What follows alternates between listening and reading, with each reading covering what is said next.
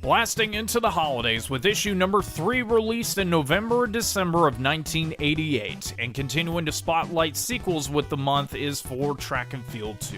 While I never got the chance to get into either game, I am aware how vital they were to the arcades and getting ports on the NES. Konami, for the second month in a row, would actually feature their sequel and boasted about it having updated modes, sound, and graphics. Awesome bit of information about the front cover is that the same exact shoes that they used for the photos still exist to this very day, and was even shown in an episode of the NES Pursuit, where game collector Archon was offered the chance to be able to own the pair. Cool that they are still around, and always an awesome surprise to see anything of Nintendo history get salvaged rather than be destroyed. With Christmas being another big focus for the issue, Nintendo did 2 separate sections to give people a Nintendo gift-giving guide which contained a variety of Nintendo goodies, and hosting a giant-sized giveaway full of NES games and accessories as prizes, and then the grand prize for 4 to Disneyland.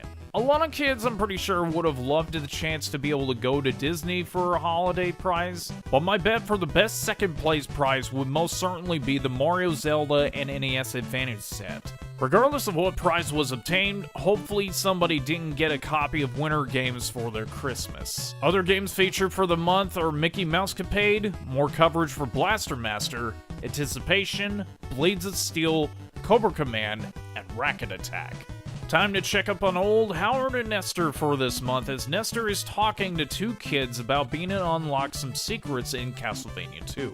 Of course, Nestor, being a know-it-all, it takes them along to use the red crystal trick that's become so cryptic. With Nestor stumped on why his strategy isn't working, good old Howard comes in to save the day with a tip on how to properly use the trick. Nestor gets annoyed with this even though Howard warns Nestor of what will happen if he uses the trick, and then Nestor by accident uses the crystal. Not sure what's gonna happen next month, but this is gonna be hard to explain to Nestor's parents as to what happened to their son. Looks like our streak of underwhelming posters might actually be over, as the poster for this month is Blaster Master. I like the fact that they went with the blaster vehicle for it and made it look like a toy replica that you probably would have gotten in stores back in the day. Makes me think that I'm looking at a toy advert presented by Nintendo themselves, and just makes me sad that we never really got this at places like KB Toys. But yes, awesome poster this time around. For any fans of RPGs, they had a section that showcased off a couple of titles to represent the genre that was trying to gain any footing here in the West. Ultima and Legacy of the Wizard would represent it as such, and 2 great choices at that. Also, I really do love the illustration they used for Legacy of the Wizard. On the Counselor's Corner, they would go back to the routine of it being first before classified information. As for what they showed was how to obtain a variety of items and maze walkthrough for Metal Gear, how to take down the Chopper boss in Rambo, defeating the Wily boss fight and how to use the advanced moves in Double Dragon, and how to find clues and continues in Gauntlet. And over on a separate page was another showcase featuring the NES Advantage and the Max controllers, which nowadays most people consider as one of their favorite Nintendo accessories ever released. Video Shorts is a bit lacking this issue, as the only major titles of note are Bubble Bobble and Tecmo Bowl. Only other title that I guess would be considered a fun game to some would be Milon's Secret Castle. I know that one usually gets a bad rap every now and then, but I kinda have some bit of enjoyment for it. So yeah, not much for this issue, but again, not every Nintendo Power will be a winner. Same can be said about Packwatch as well, as the only major thing to note was them talking about continued coverage for the Power Pad.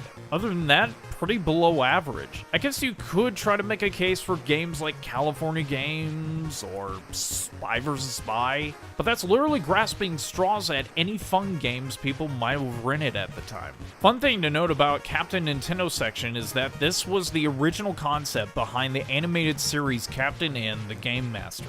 The original proposed idea for the series was to be about a programmer working at Nintendo having to deal with a game pack that went rogue called the Mother Brain. Captain Nintendo would use his abilities to give life to various Nintendo characters and items from other games. The idea was so popular enough that they signed a deal with Deke Entertainment in order to make it into a reality. Second part of the story concludes in the next issue, but we wanted to talk about it here as its own thing.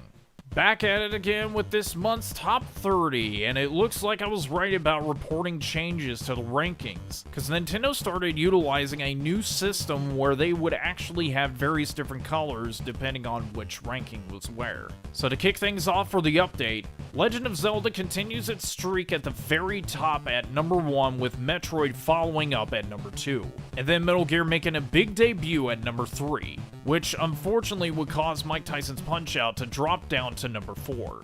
Other games new to the top 10 is Gauntlet at number 5, Bases Loaded at number 7, and wait, Double Dragon?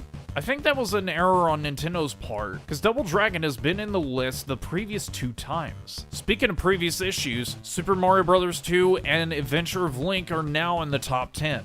There's no telling if either one will be able to topple the first Zelda to take home the number 1 spot, but we'll have to find out next time. Oh boy, poor Castlevania, Contra, and Mega Man can't even seem to get into the top 10 spot, as they keep slipping down the card. And even poor RBI Baseball is going from number 10 all the way down to number 21. As far as the other debuts, Gradius debuts at number 25 along with Solomon's Key at number 27. Very interesting for what's made the list, and we'll have to see what big changes take place going into the next issue. This month was more of a cool down period, for it was taking place around the holidays. This is still a fine enough installment leading into issue number 4.